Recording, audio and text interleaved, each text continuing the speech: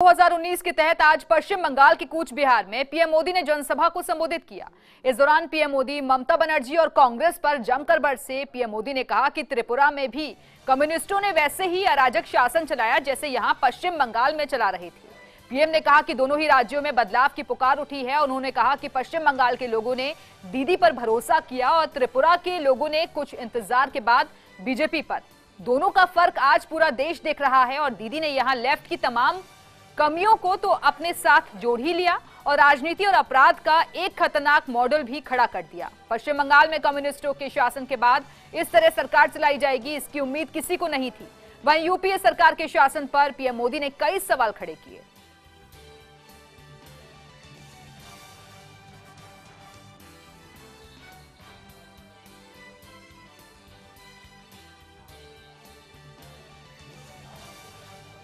और पीएम मोदी ने अपने संबोधन में क्या कुछ कहा, ये एक बार फिर से आपको सुनवा देते हैं। आपको यहां आने से रोकने की सारी कोशिशें किस तरह नाकाम हुई है, ये इस जन सैलाब को देख करके नजर आता है।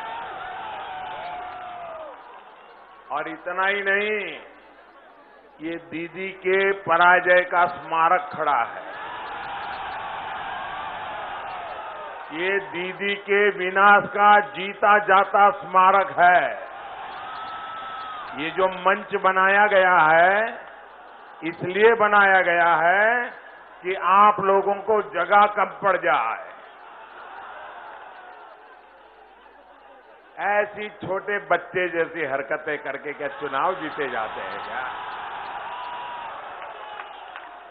कभी कभी मोहल्ले में बच्चे जब लड़ते हैं, कभी झगड़ा हो जाता है, तो कहते हैं कि मेरी गली से गुजरना, मैं तुझे देख लूंगा।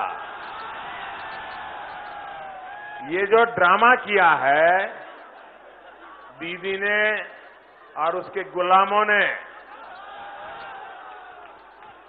ये लोकतंत्र के तिरस्कार का ये दीदी का जीता जागता स्मारक है। हमारे जांबाज सपूत तब की सरकार से बदला लेने के लिए बार बार कहते थे। एक के बाद हमारे जवान शहीद होते जा रहे थे, कदम उठाने के लिए मांग कर रहे थे, लेकिन सरकार के कदम फैसला लेने से पहले ही डगमगा जाते थे, कांपते थे।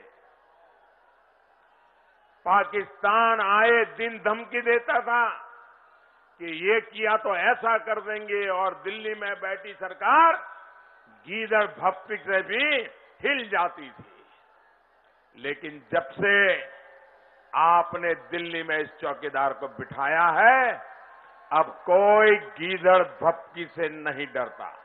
आप ये जितना मोदी मोदी करते हैं ना, उतना ही किसी की नींद उड़ जाती है। जानते हैं ना कौन है वो? कौन है? Speed breaker.